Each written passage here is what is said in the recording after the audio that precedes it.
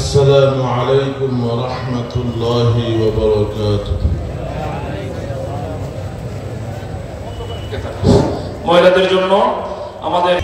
إن الحمد لله والصلاة والسلام على من لا نبي بعده. أما بعد فأعوذ بالله من الشيطان الرجيم. بسم الله الرحمن الرحيم. تعاونوا على البر والتقوى ولا تعاونوا على الإثم والعدوان. صدق الله العظيم. درود شريف قولي اللهم صل على محمد وعلى آل محمد كما صليت على إبراهيم وعلى آل إبراهيم إنك حميد مجيد. اللهم بارك على محمد وعلى آل محمد كما باركت على إبراهيم وعلى آل إبراهيم إنك حميد مجيد. الحمد لله. محترم সভাপতি, উপস্থিত হযরত উলামায়ে কেরাম, মুরব্বিয়ান ইজম, আমার প্রাণপ্রিয় ছাত্র ও যুবক ভাইয়েরা, পর্দার আড়ালের মা ও বোনেরা, মহান আল্লাহ পাক পরওয়ারদিগার আলমের সকল তারিফ এবং প্রশংসা, যিনি মেহেরবানি করে আজকের এই মাহফিলে আমাদেরকে আসার এবং বসার তৌফিক দান করেছেন। আমরা মহান রব্বুল আলামিনের শাহী দরবারে অন্তরের অন্তঃস্থল থেকে শুকরিয়া আদায় করি, আলহামদুলিল্লাহ। এবং আকায়ে নামদার, তাজদারে মদিনা, মাহবুবে কিবরিয়া, জিগর গোশায় আমিনা মুহাম্মদুর রাসূলুল্লাহ সাল্লাল্লাহু আলাইহি ওয়াসাল্লামের খিদমতে লাখো কোটি দরুদ ও সালামের হাদিয়া। আমি অল্প সময়ের জন্য আপনাদের মাঝে এসেছি। অত্যন্ত সংক্ষিপ্ত সময়ে দুইটা তিনটা কথা বলব। আমার পরে যিনি আসবেন, হাটহাজারী মাদ্রাসায় আমরা যখন পড়ালেখা করি 1995 সালে দাওরায়ে হাদিসের ছাত্র ছিল প্রায় 1000 ছাত্রের মধ্যে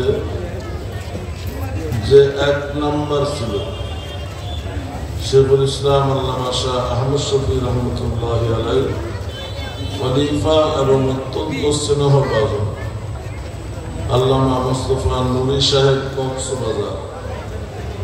বাড়ি কক্সবাজার হলেও ভাষা একেবারে পরিষ্কার, বয়ান শুনলে বুঝতে পারবে। আজকে একটা বিশেষ দিবস। পাপ করলে এই জগতেও সাজা আছে, ওই জগতেও সাজা আছে। এর চেয়ে বেশি বলতে চাই না, দরকারি কথা বাদ পড়ে যাবে। যেদিন আমাদের নবীজি নবুয়ত প্রাপ্ত হলেন, যেদিন প্রথম কোরআন নাযিল হলো, সেদিন সমগ্র পৃথিবীতে একজন মুসলমানও ছিল না। মুসলমান দূরের কথা, এক আল্লাহ বিশ্বাস করার মতো কোন মানুষ ছিল না। পৃথিবীর প্রধান পরাশক্তি রোম সাম্রাজ্যবাদী, তারা পূজা করত 3 খোদা। দ্বিতীয় পরাশক্তি পারস্য সাম্রাজ্যবাদী, তারা খোদা মনে করত আগুনকে, আগুন পূজা করত। আরব জাতি পূজা করত 360 খোদা। ভারতবর্ষের লোকেরা পূজা করত 33 কোটি দেবদেবী।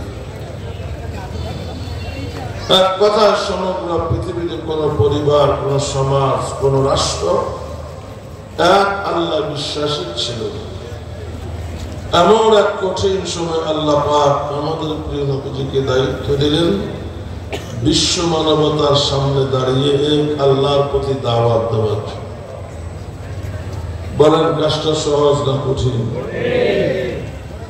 যুগটাকে বলা হতো জাহিলিয়ার যুগ, অন্ধকার যুগ, মূর্খতার যুগ, বর্বরতার। সূরা আলাকের প্রথম 5টি আয়াত যখন নাযিল হলো, নবীজির শরীরে জ্বর এসে গেছে, কাঁপায়া জ্বর। নবীজি বাড়িতে আসলেন, আম্মা জান খাদিজা রাদিয়াল্লাহু তাআলা আনহাকে ডেকে বললেন, জাম্মিলুনি জাম্মিলুনি, আমাকে কম্বল দাও, আমাকে কম্বল দাও। ফাজাম্মালুহু, হযরত খাদিজা রাদিয়াল্লাহু তাআলা আনহা নবীজির শরীরে কম্বল জড়ায়া দিলেন। নবীজি বললেন, খাশিতু আলা নাফসি, খাদিজা আমার জীবনের ভয় হয়। সারা পৃথিবী একদিকে, আল্লাহ আমাকে দায়িত্ব দিলেন আরেক দিকে। আমি যখন এই দায়িত্ব পালনের জন্য যাব, মানুষ কি আমাকে জিন্দা রাখবে? মানুষ তো আমাকে শেষ করবে। হযরত খাদিজা রাদিয়াল্লাহু তাআলা বলেন, কাল্লা ওয়াল্লাহি লা ইউখজিকাল্লাহু আবাদা, আপনি যা ভাবছেন তা কখনো হবে না। আল্লাহ পাকের কসম, তিনি আপনাকে কখনো ক্ষতিগ্রস্ত করবেন না।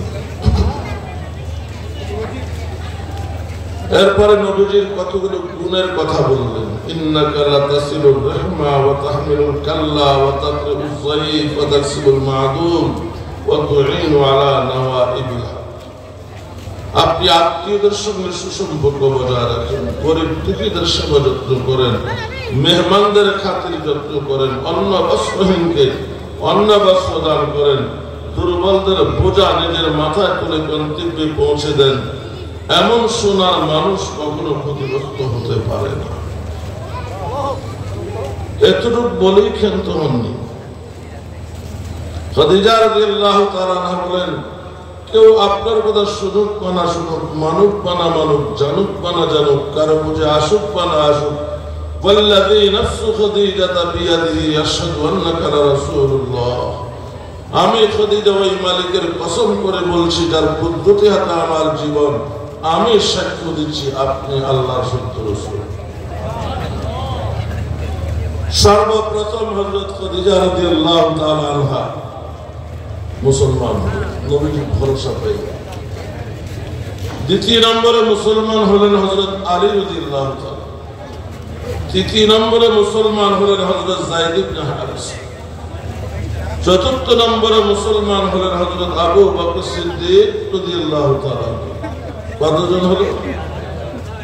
এই চারজন আবার চার লাইনে প্রথম। নারীদের মধ্যে আম্মা জান খাদিজা প্রথম, বালকদের মধ্যে হযরত আলী প্রথম, গোলামদের মধ্যে হযরত যায়েদ প্রথম, বয়স্ক স্বাধীন পুরুষদের মধ্যে হযরত আবু বকর রাদিয়াল্লাহু তাআলা প্রথম। আবার এই চারজনের মধ্যে সার্বিকভাবে হযরত আবু বকর সিদ্দিক রাদিয়াল্লাহু তাআলা প্রথম। কিভাবে? পৃথিবীর সর্বকালের সেরা স্বামী, তার স্ত্রী তাকে মেনে নেবে, এটাই স্বাভাবিক। বুঝলেন না? নবীজির সে ভালো স্বামী অতীতে ছিল, এখন আছে, কিয়ামত পর্যন্ত হবে। তাহলে এমন একজন আদর্শবান স্বামী, তাকে তার স্ত্রী মেনে নেবে, স্বাভাবিক না স্বাভাবিক? হযরত আলী রাদিয়াল্লাহু তাআলা বয়স 6 বছর, বাপের ঘরে অবাক, তাকে চাচাতো ভাই মুহাম্মদ সাল্লাল্লাহু আলাইহি ওয়াসাল্লামের বাড়িতে খায়। এখানে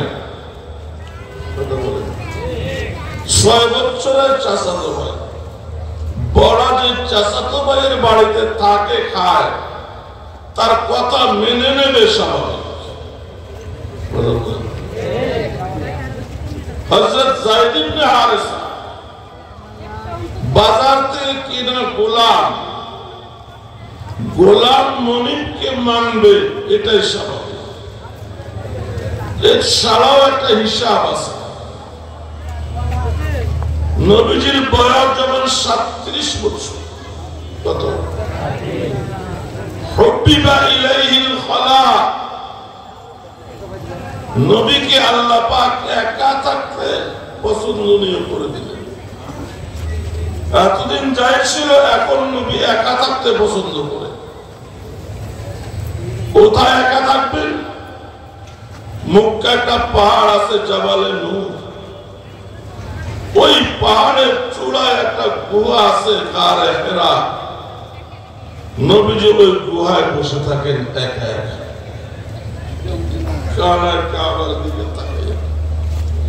একবার যদি সেই পাহাড়ে চড়েন, সপ্তাহ 10 দিন 15 দিন থাকেন, বাড়িতে এসে 2-1 দিন থাকেন, আবার চলে যান। আম্মা জান হযরত খাদিজা রাদিয়াল্লাহু তাআলা দৈনিক 2 বার খাবার পানি নিয়ে যান। সুবহানাল্লাহ বলেন। গুহাটা কত উপরে? সমতল থেকে 4500 ফিট উপরে। বিস্তারিত হিসাব দেওয়ার সময় নেই। 4500 ফিট মানে 450 তলা।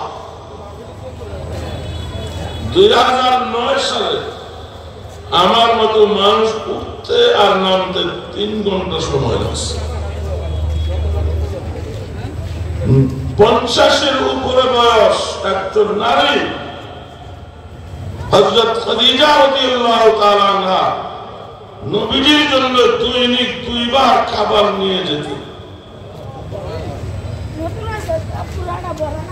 একজন স্ত্রী স্বামীর জন্য দোকানে খাবার নিয়ে যাবে, স্বাভাবিক স্বামী দোকানদার। জমিনে খাবার নিয়ে যাবে, স্বাভাবিক স্বামী কৃষক। গায়ে হেরায় আপাতত নবীজির কোনো কাজ নাই, শুধু বসে থাকে। হযরত খাদিজা রাদিয়াল্লাহু তাআলা আনহা দৈনিক 2 বার করে খাবার আনেন, কোনদিন প্রশ্ন করেন নাই আপনি কেন এখানে বসে থাকেন, কি কাজ আপনার, আমার কি কষ্ট হয় না? কোনদিন প্রশ্ন করেন। খাদিজা রাদিয়াল্লাহু তাআলার চিন্তা হলো, তিনি আমার স্বামী, যে কারণে হোক এখানে থাকে, আমার দায়িত্ব সেবা করা। এইভাবে 2 বছর 37-38 2 বছর খাবার আনানো হচ্ছে। 2 বছর পরে বাজার থেকে একটা গোলাম কিনলেন, খাবার পাঠালেন জায়েদের মধ্যে। জায়েদ যুবক নয়, শিশু নয়, কিশোর। নবীজি জিজ্ঞাসা করলেন, বাবা তোমার নাম কি, তুমি কোন এলাকা, কে তোমাকে আমার কাছে পাঠিয়েছে? জায়েদ নাম ঠিকানা বলার পরিবর্তে চোখের পানি ছেড়ে দিয়ে কাঁদতে লাগে। নবীজি বলেন, তোমার নাম জিজ্ঞাসা করেছে, তুমি দুঃখ পাওয়ার মতো কোনো কথা তো বলি নেই, কাঁদছো কেন?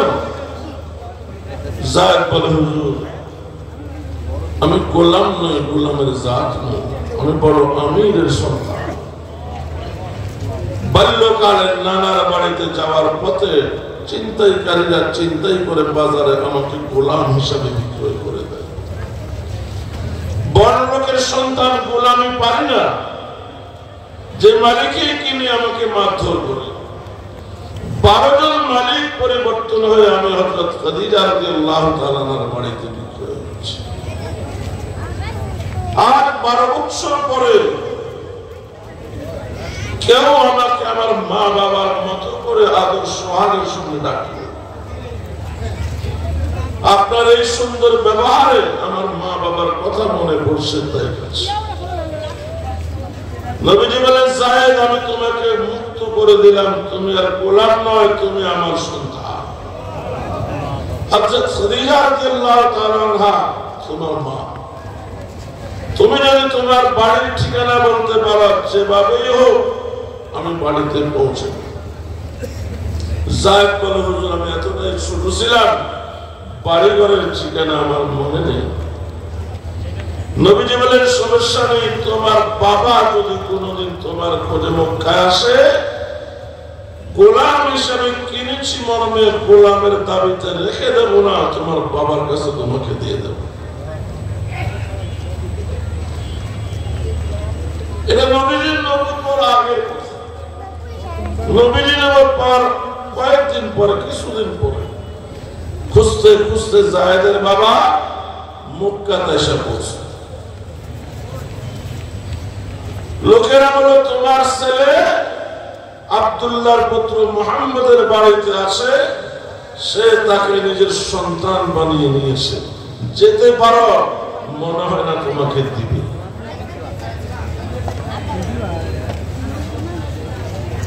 জায়েদের বাবা আসলো নবীজির বাড়িতে, হুজুর আমার সন্তানকে খরিদ করতে যত টাকা ব্যয় হয়েছে সব টাকা দেব, তবু আমার ছেলেটাকে আমাকে দিয়ে দেব। ছেলের জন্য কানতে কানতে মা অন্ধ হয়ে গেছে। ভাই বোনেরা দিশেহারা, খালা বুবুদের খাওয়া দাওয়া নেই। নবীজি বলেন, জায়েদের বাবা না, জায়েদকে কিনতে আমার যত টাকা ব্যয় হয়েছে দ্বিগুণ টাকাও দেব, জায়েদকেও মুক্ত করে দেব, তবে একটা শর্ত আছে।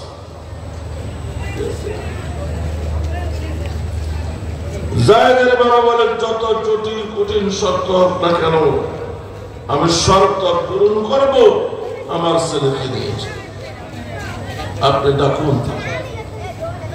নবীজি বললেন, জায়েদের বাবা আমি তোমার জায়েদকে মুক্ত করে দেব, কেনা দামের ডবল দেব, জায়েদকেও দেব, একটা শর্ত হলো যদি জায়েদ তোমার সাথে যেতে রাজি হয়।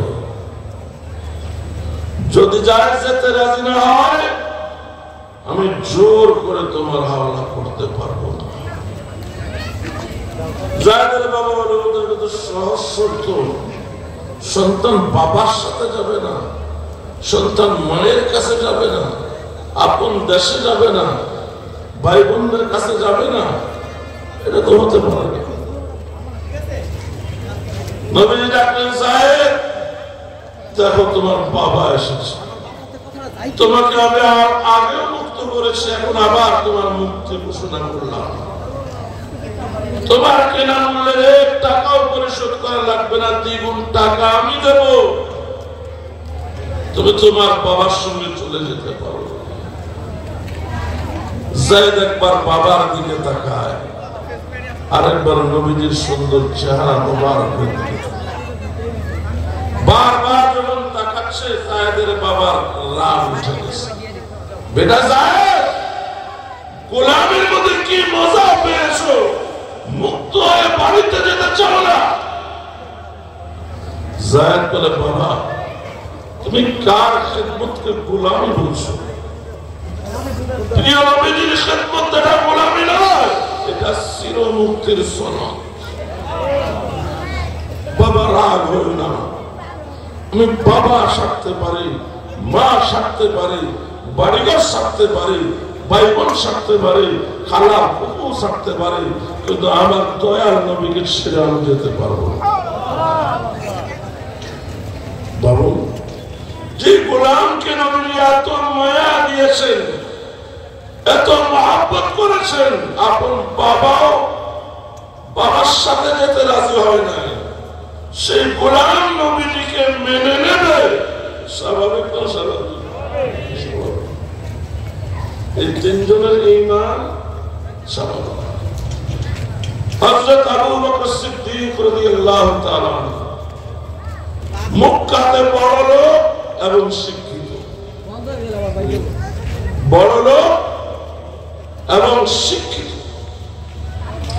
বড় লোকদের পয়সার গরম থাকে, শিক্ষিত লোকদের শিক্ষার গরম থাকে।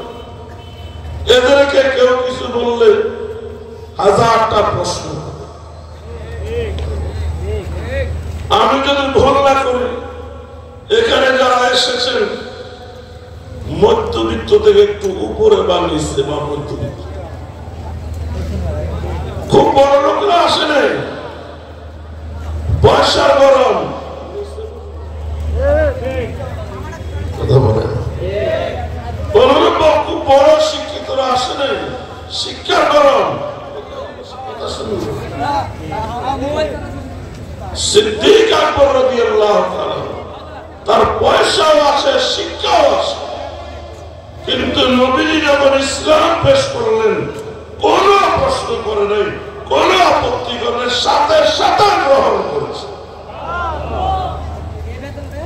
এজন্য বলা সিদ্দিক আকবরের ইসলাম গ্রহণ ছিল অস্বাভাবিক, এজন্য স্বাভাবিকভাবে তিনি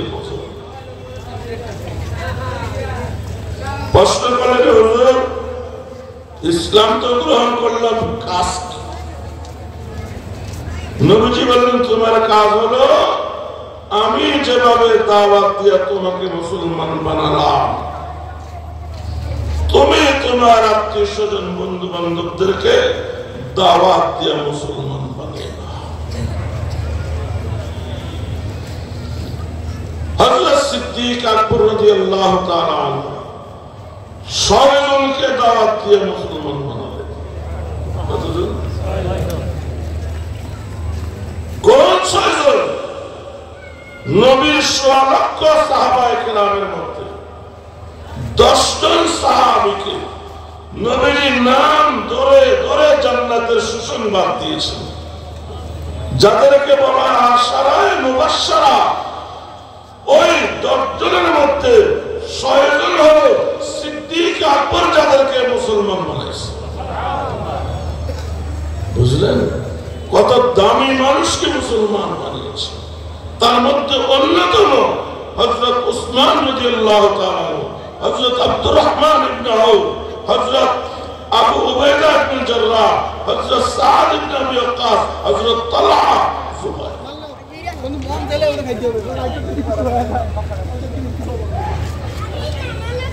যত দিন যাচ্ছে তত মুসলমানের সংখ্যা বাড়ছে, যত মুসলমানের সংখ্যা বাড়তেছে কাফেরদের গায়ে আগুন জ্বলতেছে। শুরু করে দিল জুলুম, অত্যাচার, নির্যাতন। হযরত বিলালকে মারে, খব্বাবকে মারে, আম্মারকে মারে, ইয়াসিরকে মারে, জমিরাকে মারে, সুমাইয়াকে মারে, রিদওয়ানুল্লাহি তাআলা আলাইহিম আজমাইন। যত মারে সংখ্যা আরো বাড়ে। সেই ইসলামের প্রাথমিক যুগ থেকে জোর জুলুম করে মুসলমানকে দমাইতে পারে নাই। হাসিনা 16 বছর চেষ্টা করেও পারে নাই। অতএব কিয়ামত পর্যন্ত কোন জালিম মুসলমানদেরকে দমায় রাখতে পারবে না। আল্লাহ চালিয়ে দেওয়া এই চেরাগ জ্বলছে তো জ্বলছে, জ্বলবেই, নিভাইতে পারবে না কেউ। যে নিভাবার চেষ্টা করবে তার মুখ, তার দাড়ি পড়ে যাবে। সাহাবায়ে কেরামের 10 জন হলো আশারায়ে মুবাশশারা। এই 10 জন দামি সাহাবা। উহুদের যুদ্ধে শহীদ হয়েছে 70 জন। এই 70 জনের এই জমাত দামি জমাত। বদরের যুদ্ধে ছিল 313 জন, এরা আরো দামি। আল্লাহর রহমত বাহানা তালাশ করে বহু গুনাহগার আল্লাহ সামান্য বাহানা পার করে দেন। গুনাহে যেমন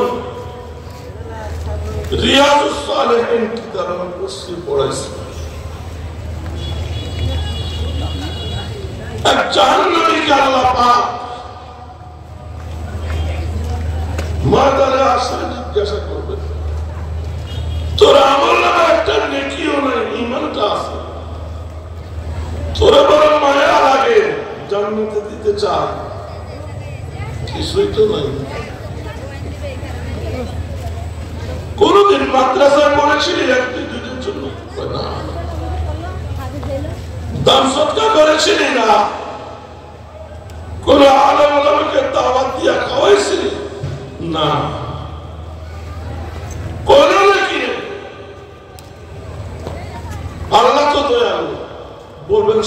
করে দেখ। লোকটা বলবো আল্লাহ মনে পড়ছে। একদিন আসরের সময় যাওয়া যায়, এমত অবস্থায় হুজুর পানি খুঁজতেছে, পাচ্ছে না। আমি এক পাত্রা পানি এনে হুজুর ব্যবস্থা করে দিয়েছি। এই কাজটা আমি আমার জানা মতে ভালো কাম করছি। হুজুর আল্লাহ বলে তোকে মাফ করে দেব, শর্ত ওই লোকটাকে খুঁজে বের করতে হবে।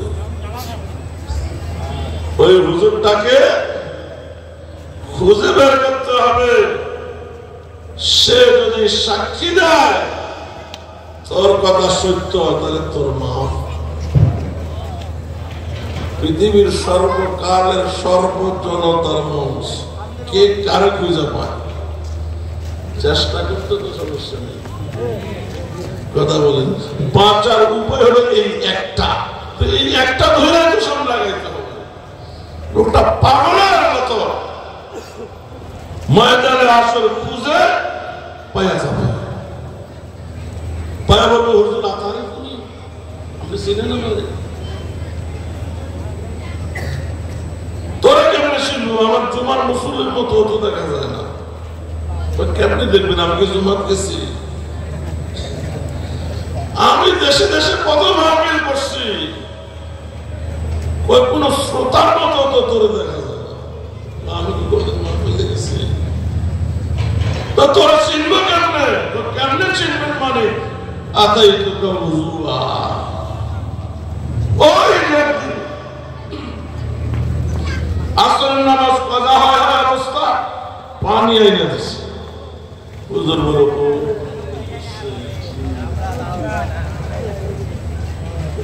মনে পড়ছে? জি মনে পড়ছে। হুজুর আমার সারাটা জীবন গুনার গুনাহ, মুক্তির কোন উপায় নাই। একটা উপায়, আপনি যদি আল্লাহকে দিয়ে বলেন আমার কথা সত্য, আমি আপনাকে হুজুর পানি দিয়েছি, আল্লাহ বলছে মাফ করে দিবে, আপনি কি যাবেন? হুজুর বলবে এতটুকু কথায় যদি তোর ক্ষমা হইয়া যায় সমস্যা কি? চল। এই দুনিয়াতে হুজুররা জাতির কান্ডারি, ওখানে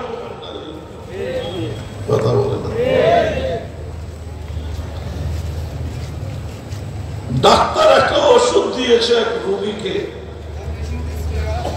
ওই ওষুধ খুঁজতে খুঁজতে রাত 2:30 পর্যন্ত খুঁজে পাই না।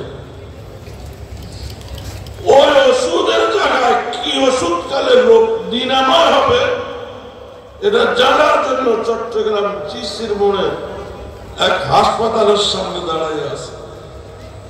ডাক্তার রোগী দেখে ভয় হবে, ডাক্তারের জিজ্ঞাসা কোনো পাত্তাই দিল না। প্রাইভেট কারের গেট খুলছে ঢুকার জন্য, আমি এমন ভাবে দাঁড়াইছি যাতে ঢুকতে না পারে। কথা বলেন স্যার, আমার মতো এত বড় মানুষটার মানুষ মনে হয় না।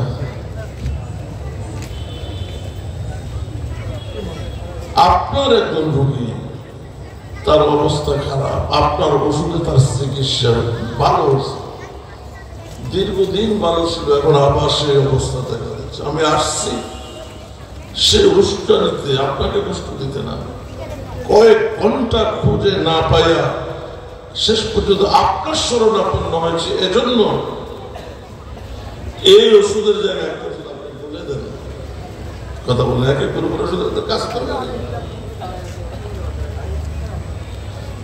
কিন্তু আপনি যে ব্যবহার আমাকে দেখালেন, এখন আমি আর আপনার কাছে কোন ওষুধের নাম জানতে চাই না। আপনিও মানব সেবা, জনসেবা করেন, আমরাও জনসেবা করি। রাত 2টা 3টা 4টা 5টা যখনই কোনো মুসল্লি এসে বলে হুজুর আমার মেয়েকে, আমার ছেলেকে, আমার স্ত্রীকে চিনি ধরেছে, অস্থির, আপনি একটু আসবেন, আমরা মুহূর্ত দেরি করি। তো ফিরে আসছেন কোন হুজুরের দরবারে যায়া, এখানে যেমন কান্ডারি ওখানে হবে কান্ডারি। লোকটা আল্লাহর আদালতে গিয়ে সাক্ষী দিবে, এই লোক সত্য বলছে, আমাকে ওজুর পানি দিয়েছে। আল্লাহ বলবে যা তোকে মাফ করে। আল্লাহ পাক কিয়ামতের ময়দানে এরকম উসিলা খুঁজবে। উসিলা ধরতে কে কে রাজি আছেন? কে কে রাজি আছেন? আল্লাহ কবুল। নিজের ইবাদত দিয়ে জান্নাতে যাব বিশ্বাস নাই, এজন্য কিছু উসিলা দরকার। কি দরকার? উসিলা দরকার। জান্নাতের সুসংবাদ প্রাপ্ত 10 জন, কতজন? এই 10 জনের অনুসরণে আমরা যদি একটা গ্রুপ করি, কিয়ামতের আদালতে যদি আটকে যাই, যে 10 জনের পাশে আপনাদের 10 জনকে মহব্বত করে, আপনাদের 10 জনকে ভালোবেসে আপনাদের নামে একটা গ্রুপ করেছে, আজ নেকের অভাবে জাহান্নামে যাইতেছে, আপনারা পারেন আপনাদের গ্রুপের উসিলা আমাদেরকে বাঁচান, সেটাও জান্নাতে যাওয়ার উসিলা। শুহাদায়ে উহুদ 70 জন, কথা বলেন, এদের অনুসরণে যদি 70 জনের একটা গ্রুপ হয়, তাহলে কিয়ামতের আদালতে যখন আমি আপনি জাহান্নামী হয়ে যাব, সাইয়্যিদুশ শুহাদা হযরত আমির হামজা রাদিয়াল্লাহু তাআলা আনহু, যার লাশকে 70 টুকরা করা হয়েছে, কলিজা ছিঁড়ে জিহ্বা, বুক ছিঁড়ে কলিজা বের করে চাবিয়ে খাওয়া হয়েছে, ঠোঁট কেটেছে, জিহ্বা কেটেছে, নাক কেটেছে, কান কেটেছে, তিনি তার কত বিক্ষত খণ্ড বিখণ্ড দেহ নিয়ে হাজির হবে। আমি তার পাশে গিয়ে দাঁড়াবো, আমার কোন নাই, ওদের শহীদদের সঙ্গে একটা সাদৃশ্য নিয়ে এসেছি, তারাও ছিল 70 জন, আমরাও ছিলাম 70 জন। এটাও না জাতের ছিল, একটু পাবেন বদরের যুদ্ধে 313 জন মুসলমান, হাজারও বেশি কাফের। বলেন তো 313 জন মুসলমান, তরবারি কয়টা? 313টা। এটাই তো স্বাভাবিক। 313 জনের মধ্যে মাত্র 9টা তরবারি, আর 304 জনের হাত খালি। 313 জনের মধ্যে মাত্র 2টা ঘোড়া, 9টা তরবারি দিয়া, 2টা ঘোড়া দিয়া, 1000 তরবারি, 700 ঘোড়ার মোকাবেলা করা লাগবে।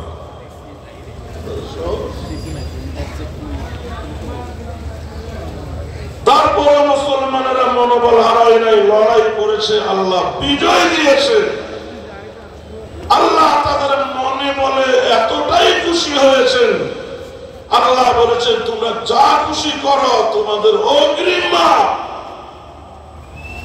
শুধু তোমরা মাফ নয়, কিয়ামত পর্যন্ত তোমাদের নাম নিয়ে যারা দোয়া করবে ওদেরকেও ক্ষমা করে দেওয়া হবে এবং ওদের ফরিয়াদ গ্রহণ করা হবে। সাহাবায়ে কেরামের এই জামাতগুলোকে পছন্দ হয় আমাদের। আশারায়ে মুবাশশারা কতজন? 10 জন। আমরা এমন 10 জন ভাগ্যবান ব্যক্তি চাই যারা সারা বছরে 10,000 টাকা মাদ্রাসা দেবে, প্রতি মাসে না, সারা বছরে 10,000 টাকা দেবে, 6,000 5,000 করে 2 কিস্তিতে দিতে পারেন। যারা খাঁটি ইমানদার তাদের একটা আদর্শ, মেহমানের সম্মান করা। মেহমানের সম্মান হবে, মেহমান যতক্ষণ বয়ান করবেন আমরা ধৈর্য সহ শুনবো, আমলের নিয়তে শুনবো। আসসালামু আলাইকুম।